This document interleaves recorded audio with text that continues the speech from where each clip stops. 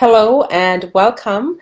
It is Andrea Bailey Brown with our series, our Summer of Profit. So we took a couple of days off. It was our civic holiday here in Canada, and just a few days off from that and some other business things I had to take care of. So here I am again back with our series, and I have to say I'm excited and thrilled to be back here with you to give you some knowledge on how to grow your business and become really profitable in the business that you have, increasing your revenues and your sales so that you can be of more value to your family, your community, and you can pay off debt and give back.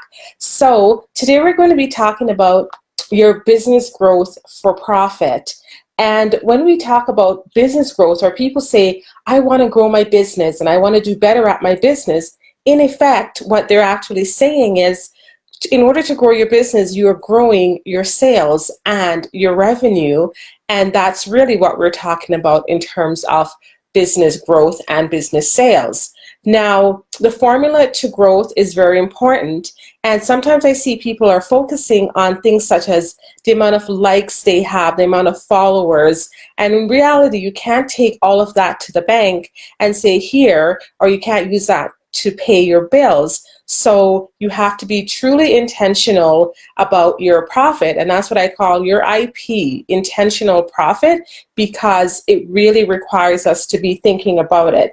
So that's the way how do you increase your sales and profit? Becoming intentional in what you are doing.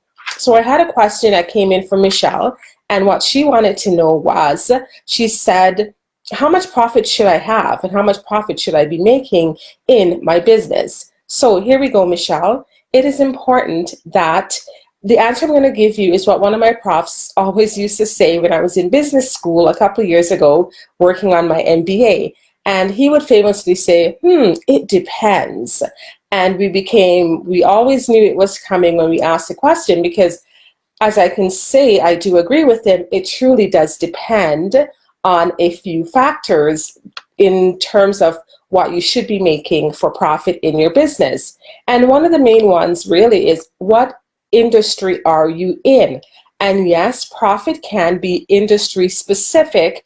In order to see, some people, you could be working just as hard as someone else, and you end up seeing that your profits are a little bit different, because different industries have different profit margins that you actually work with, and the margins can actually be higher in some industries than others. And those margins, whether it's a gross profit or whether it is their net profit. So let's look at measuring net profit versus gross profit. And most small business owners, they tend to look more of, they use the gross profit margin to measure profitability of, they use that on like a single product. So let's say you sell a product for $50, but it costs you $35 to make. So your profit on that is 15%. So you have a gross profit of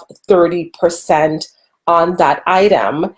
And for when you're looking at the net profit, so net is super, super important as well, because net is what, after you have done your total sales, you take out all of your business expenses, then what we have left over is, we would call that our net profit. And you basically, the formula for that is the total sales minus your business expenses, and then you divide that by total revenues, right? So if you have sales of 300,000 and then you have your expenses were 250,000, so you have what's left over, it would be 50,000. That will give you a profit margin, a net profit margin of 16%.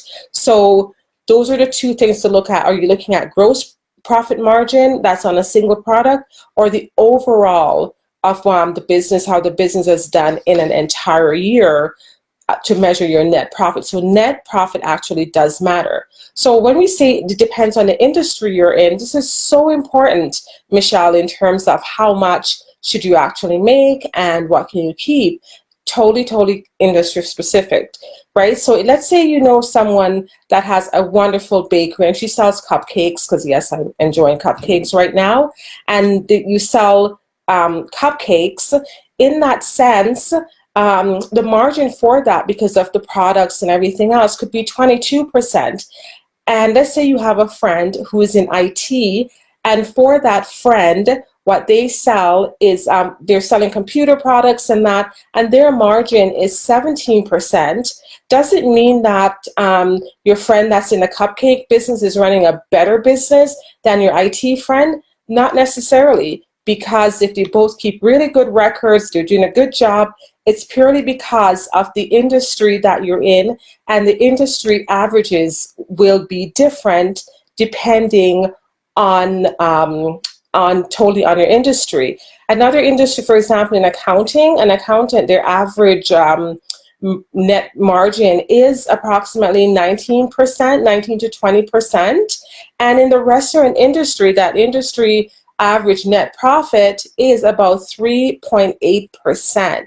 So does it mean that we should all leave our businesses and become accountants for that? Well, absolutely not. It just basically means you have to be aware of your industry and the industry averages that you have to help you make some decisions, so that you're not also feeling terrible about yourself and your business skills. And if you're a consultant, sometimes those margins are a bit higher because there's not a lot of overhead expenses and sometimes not a lot of employees that are involved.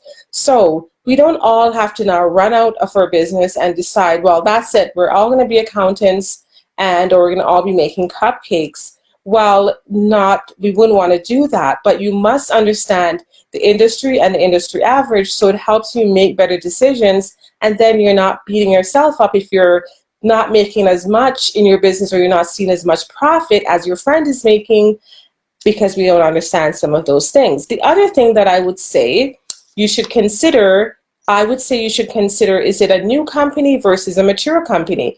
So when you have a brand new business and you have a startup, people often assume that those businesses, the profit would be lower, but it's not always true, because when you are a new company or in a startup, you have less employees to pay out. You can keep your business a bit leaner as you're growing. So you might see incredible numbers in the early stages, because it's really just dependent on you alone.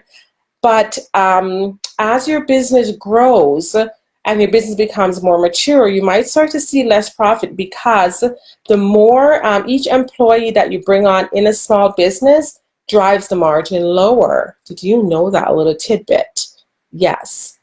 Each employee that you bring on in a small business will really drive the margins lower. So as you grow, you're going to see you might need more people, and your margins will be will get a little bit lower. It doesn't mean that you say, that's it, I'm not going to grow, I'm not going to hire anyone, I won't do it. There's definitely ways to get around that, and we can really help you with that to decide, is it time for growth or to hire, or maybe to bring more people on, because sometimes bringing people on in your business at the right stage and at the right time can really multiply your growth. So again, become very strategic with that. And so my question to you is, how does your industry measure up? Are you, do you know what your industry average is? Do you know what your profit margin is in your industry?